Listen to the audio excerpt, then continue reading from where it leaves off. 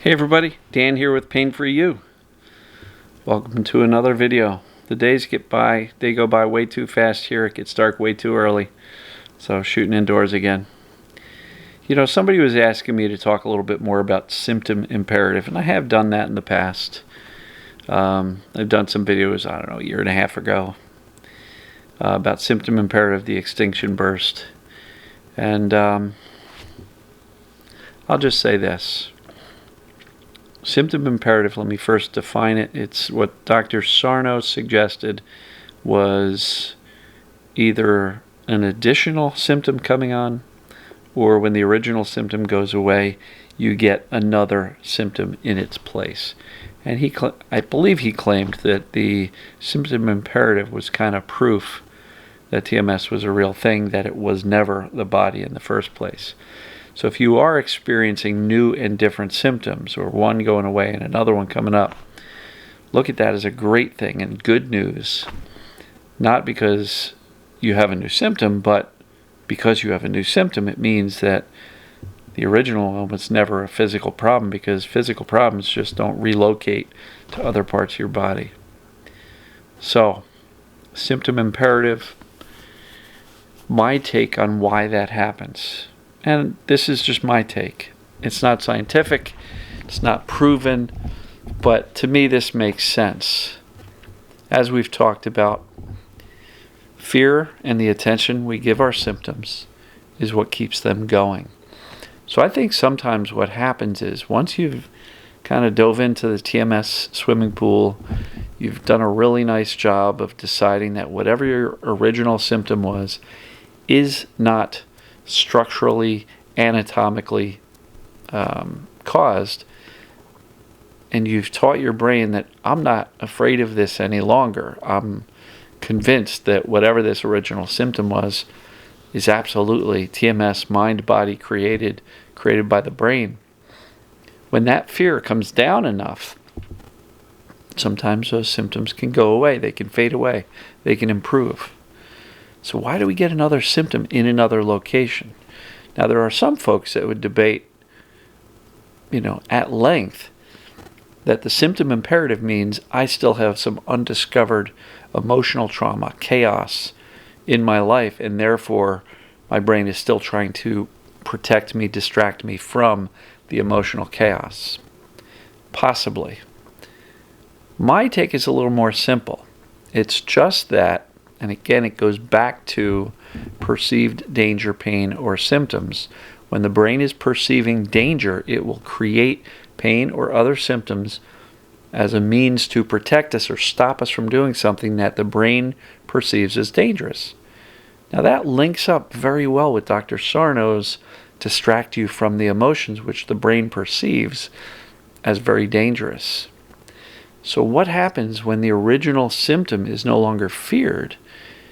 The brain says, well, that's not a big deal, and it kind of dials down the symptom. But if something else is located somewhere else, in my opinion, what that means is your brain and nervous system is still kind of jacked up and up here and has not yet calmed down enough. So a hypervigilant brain is always going to see danger, much of it imagined.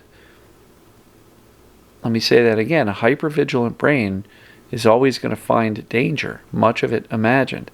So if you have effectively taught yourself that I'm not afraid of my back per se, or my migraines per se, and then all of a sudden, after the symptoms go down a week later, you find something else hurting or some other symptom coming up, it's simply based on the brain still perceiving danger, so it's taking a normal sensation somewhere else in your body, interpreting that as dangerous, and therefore turning on the pain. Again, could that be more emotional danger? Perhaps. And, let's look at that. If the original pain started because of a very chaotic emotional time in your life, it's very well that, once you've taught the brain that you're safe physically, still may want to protect you from the danger, which could be the emotional chaos and stress. But I'm not convinced that means you're missing something from third grade. I think it may just mean that, the brain's perceiving danger, and if you believe it is the emotional stuff, then spend some time on the emotional discovery. Figure out what's going on in your life right now. What emotions? What judgments? What beliefs do you have? What are you feeling? What was going on yesterday? What's going on today? What's coming up tomorrow? Look at yourself and ask, what in my life is not working right now? Because sometimes that stuff can feel dangerous. But again, symptom imperative, in my opinion, is simply you're no longer afraid of the original symptom, and a hypervigilant brain and nervous system still can sense danger and turn on a new symptom, oftentimes in a different location, because you're fairly well convinced that the original one is not a big deal. I don't think it has to be more complex than that. Got a little bit off track with, trying to figure out and dig into the emotions, but overall, perceived danger, pain, or symptoms, in my opinion, is what's going on. Not disagreeing with Sarno. He was right. Those emotions were the perceived danger when he came up with that. But I think there can be other perceived dangers that go well beyond the emotions.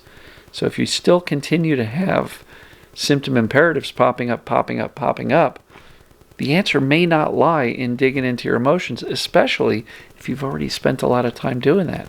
Been journaling, if you've been doing therapy, really doing some trauma work or whatever. If you've done all that stuff, you're still having all these symptom imperatives showing up. Evaluate what's the state of your brain and nervous system. Are you still really in a panic and freaking out about this thing called TMS and really desperate to get rid of it because you're so wrapped up in fearful of the symptoms and the pains? Your brain is still jacked up. It's up here, right? So look at symptom imperative as great news, because it just proves that the original symptom wasn't physical. It just proved that once you can teach the brain that the original symptom was no longer a danger, it can go away.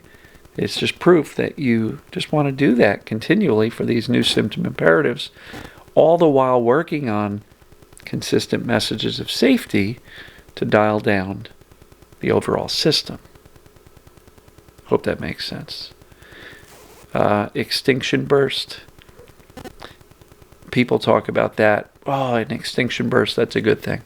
It's a good thing, meaning you're on the right track because, I don't know. I'm not even sure I agree with that. I'm not sure that extinction burst means too much. Ask yourself the question, when you got this thing that people call an extinction burst, which is a bunch of stuff happening and symptoms getting really high, was that because you were feeling better and more confident? Or were you really freaking out and trying to use the theoretical extinction burst to convince yourself that that's good news? Look, if your onset of a bunch of new symptoms came about during a very calm and relaxed time and confident clarity, maybe there is such a thing. I don't really know. But if this quote-unquote extinction burst of a lot of symptoms coming on at once is surrounded by a very chaotic, fearful, panicked state of mind, I don't know that means you're on the right track. It means that the more fearful and hypervigilant you are, the more dangers you're perceiving, and therefore the more symptoms you may be getting. Because people will sometimes start with one and end up with multiple symptoms. They go, what's going on? I've been doing this TMS work. But all the while, their fear level and frustration and anxiety about trying to fix themselves just gets higher and higher and higher. And then, when symptoms tend to multiply instead of be subtracted, it's very easy to panic even more and get more and more sensitive. So look at an extinction burst as a reason to kind of check in and go, is my fear building? Is my panic building? Is my freak outing increasing? If so, it's time to take a step back and remind yourself of the core message that TMS means you're not broken, not physically, mentally, or emotionally. Get that foundational, dial down the fear, shift your focus away. And look, if you want some help on this stuff, I do weekly group coaching calls. Each call ends up being 2 to 3 hours, depending upon the number of people and the number of questions, how well that conversation is going. And I really don't cut them off until about 3 hours. Like, I'm not in a rush to get you guys on and off the call.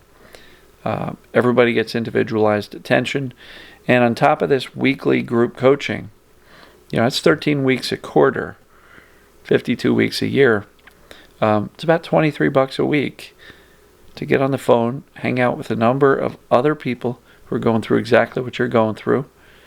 Hang out with me. I'll get to answer your questions. Everybody gets individual attention if you want it. You can submit questions in advance, or when I'm done with those, I open up the floor and ask if people want to talk about things. I also ask people to share their successes and experience, and oftentimes I'll give my 2 cents on a question, and other people will say, hey, can I offer a suggestion here? This is what happened with me, and this is how it worked out. This is what I found out to be helpful. So it's the power of the group. It's groupthink. It's not just what does Dan say. And I'm learning just as much from the group members as they are from me. So on top of the group, you also get a 15 video course. It's about 2 hours and 15 minutes worth of my best content summarized into a nice, bite-sized course. So, love you guys and gals. Symptom Imperative. That's what I think is going on. So, hopefully you found this helpful, and I'll talk to you tomorrow. See ya.